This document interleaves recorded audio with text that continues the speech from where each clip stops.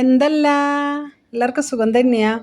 നമുക്കിന്ന് non veg കഴിക്കാത്തവർക്കും കഴിക്കാൻ പറ്റിയ ഒരു കപ്പ ബിരിയാണി മഷ്റൂം വെച്ചിട്ട് എങ്ങനെയാണ് ഉണ്ടാക്കാമെന്ന് ഒന്ന് വേഗം നോക്കിയിട്ട് വരാം.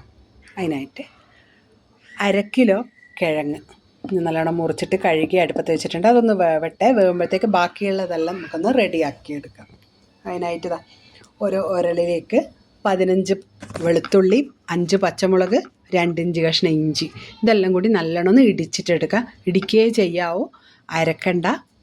ഇടിച്ചാൽ അതിൻ്റെ വേറൊരു ടേസ്റ്റ് ആയിരിക്കും. ഇത് നല്ലോണം ഇടിച്ച് വന്നിട്ടുണ്ട്. ഇനി ഇതെല്ലാം ഒന്ന് മുറിച്ചിട്ടിട്ടെടുക്കാം, ഉള്ളിയും തക്കാളിയും. അപ്പോൾ അതവിടെ 200 ഗ്രാം മഷ്റൂം കഴുകിയിട്ടുണ്ട്. അതും എല്ലാം കൂടി ഒന്ന് മുറിച്ചിട്ട് വരുമ്പോഴത്തേക്ക് നമ്മളെ കിഴങ്ങ് റെഡി ആയിട്ടുണ്ട്. ഇനി ഇതിലേക്ക് ഒരു 1.5 ടീസ്പൂൺ ഉപ്പിട്ട് കൊടുക്കുന്നുണ്ട്. കൂടെ തന്നെ ഒരു 1/2 ടീസ്പൂൺ മഞ്ഞൾപ്പൊടിയും. ഇതെല്ലാം കൂടി കിഴങ്ങിൽ നല്ലോണം ഉപ്പും മഞ്ഞളും എല്ലാം പിടിച്ച് വരുന്നവരെ ഒരു 2-3 മിനിറ്റ് നല്ലോണം ഒന്ന് തിളക്കട്ടെ. നല്ലോണം ഒന്ന് ഇളക്കി കൊടുത്തതിന് ശേഷം നല്ലോണം ഉപ്പും മഞ്ഞളെല്ലാം പിടിച്ച കിഴങ്ങിനെ നമുക്കൊന്ന് ഒരു അരിപ്പയിലിട്ടിട്ട് അരിച്ചിട്ടെടുക്കാം. വെള്ളം ഊറ്റി മാറ്റിയതിന് ശേഷം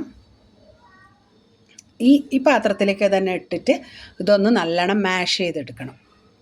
കണ്ടില്ല, ചൂടോട് കൂടി തന്നെ മാഷ് ചെയ്യുമ്പോൾ വേഗം പൊട്ടിക്കിട്ടും. അതവിടെ ഇരിക്കട്ടെ. അപ്പോഴത്തേക്ക് ഒരു കടായി അടുപ്പത്ത് വെച്ച് ചൂടാകുമ്പോൾ അതിലേക്ക് 2 ടേബിൾ സ്പൂൺ വെളിച്ചെണ്ണ ഒഴിച്ച് കൊടുത്തിട്ടുണ്ട്. അതിലേക്ക് നമ്മൾ ഇടിച്ച് വെച്ച ഇഞ്ചി, വെളുത്തുള്ളി, പച്ചമുളക് കൂടി ഇട്ടിട്ട് നല്ലോണം അതിൻ്റെ ഒരു പച്ചമണം പോകുന്നവരെ ഒന്ന് വഴറ്റിയെടുക്കാം. അതിന് ശേഷം നമ്മൾ മുറിച്ചിട്ട് വെച്ച ഉള്ളിയാണ്.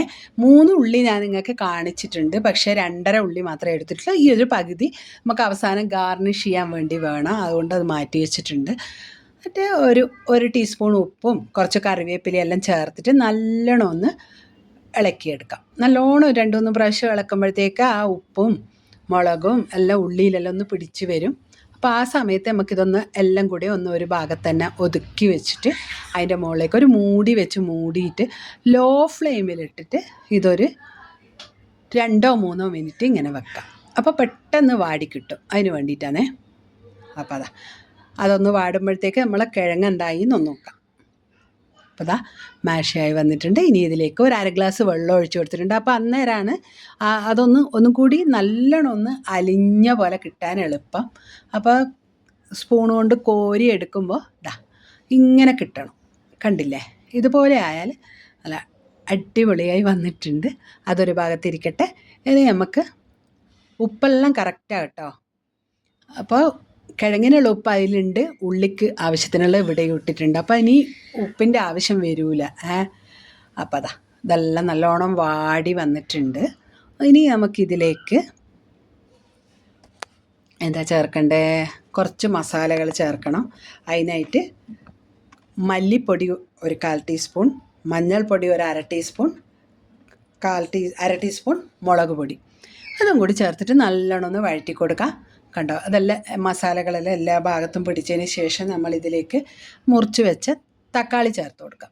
തക്കാളിയും കൂടി ചേർത്തിട്ട് നമ്മൾ ആദ്യം ഉള്ളീനെ ചെയ്ത പോലെ തന്നെ നല്ലോണം ഒന്ന് വഴറ്റി ഈ തക്കാളീൻ്റെ എല്ലാ ഭാഗത്തും ഉപ്പും മുളകും മഞ്ഞളും എല്ലാം പിടിച്ചതിന് ശേഷം നല്ലോണം തട്ടിപ്പൊത്തി വെച്ചിട്ട് ഒരു മൂടി 2-3 മിനിറ്റ് നല്ലോണം വെന്തോട്ടെ. അപ്പോൾ തക്കാളിയിൽ നിന്നുള്ള വെള്ളമെല്ലാം ഇറങ്ങി വരും. കണ്ടില്ലേ, തക്കാളിയിൽ നിന്ന് വെള്ളമെല്ലാം ഇറങ്ങിയിട്ട് വരുന്നുണ്ട്.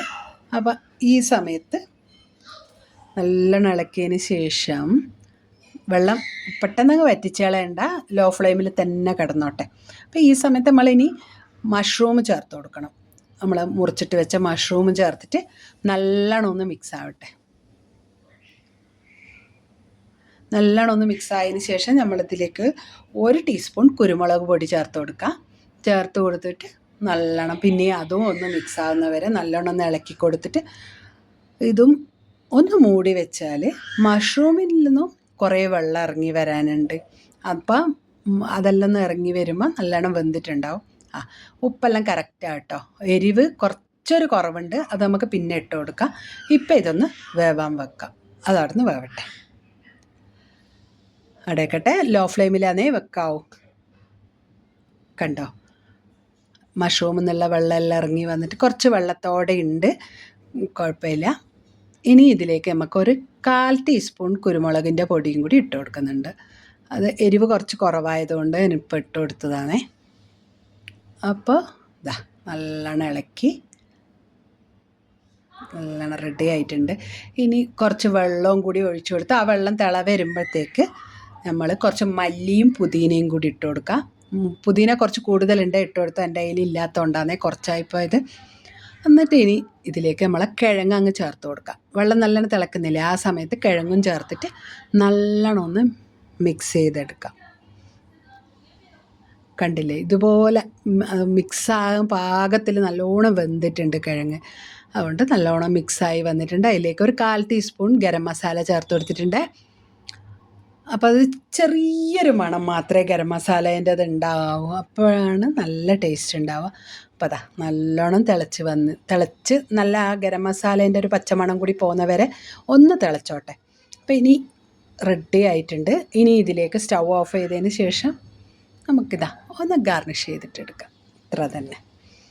അപ്പോൾ ഇത് എല്ലാവരും ഉണ്ടാക്കി കഴിച്ചു നോക്കി അഭിപ്രായം അറിയിക്കാൻ മറക്കണ്ട. അടുത്ത ആഴ്ച പുതിയൊരു വീഡിയോയുമായിട്ട് കാണുന്നത് വരെ താങ്ക് യു.